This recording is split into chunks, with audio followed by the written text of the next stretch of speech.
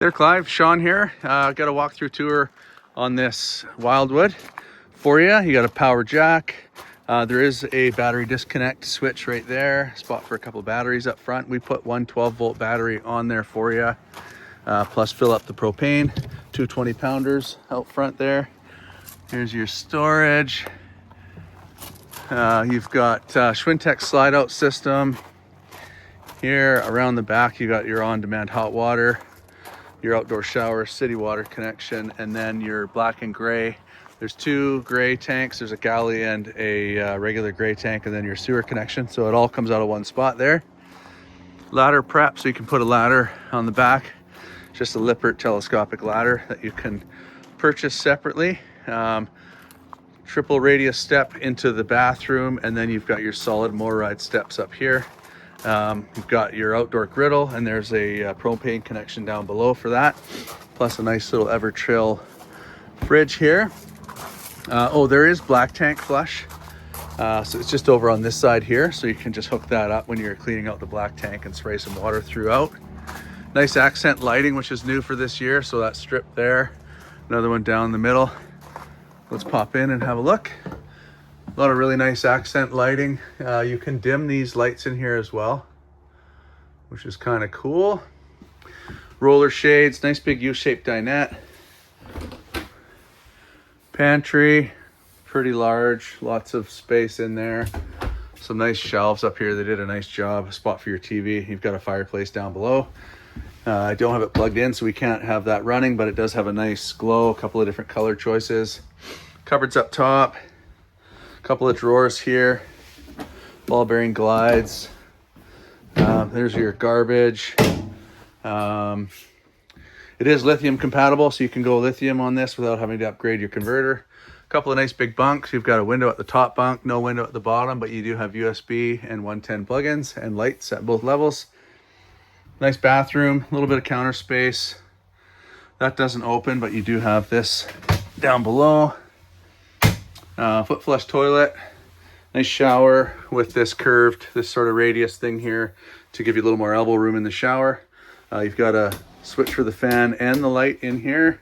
This is your accent lighting right there. Your on-demand hot water heater switch, so you can adjust your heat temperatures and stuff. So really great feature, and that's propane only. That's standard of on-demand hot water heaters. So let's pop into the bedroom here. So I'm just gonna lift this bed up a little bit. It'll come up another probably 6 inches above that, but sitting right where it is. You've got good room across there to access the other side. You've got some shelving up that side. Just gonna drop this down.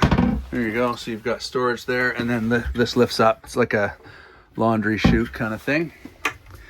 Roller shades in here. You've got your couple of main lights plus the one light above the bed, and then some good little bit of storage there for some clothes. And then the bed lifts up as well.